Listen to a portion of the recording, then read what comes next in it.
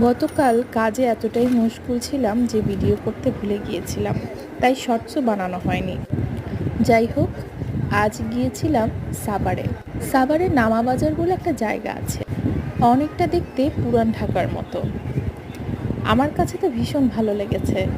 মানে কি নাই এখানে, সমস্ত কিছু, কাঁচা বাজার থেকে শুরু করে টুকিটাকি যাবতীয় যা লাগে সবই আছে এখানে।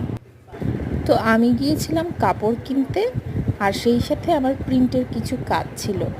তো প্রিন্টের জন্য আমার কাপড় লাগতো, আর কোথায় প্রিন্ট করানো যায় সেটা খুঁজতে খুঁজতে এগিয়ে যাচ্ছিলাম। তো আশেপাশে অনেক কিছু চোখে পড়ছিল যা সচরাচর আমরা দেখতে পাই না। তো আমার মনে হচ্ছিল যে এখানে যদি আর্ট ফিল্ম একটা বানানো যায়, খুব সুন্দর লাগবে।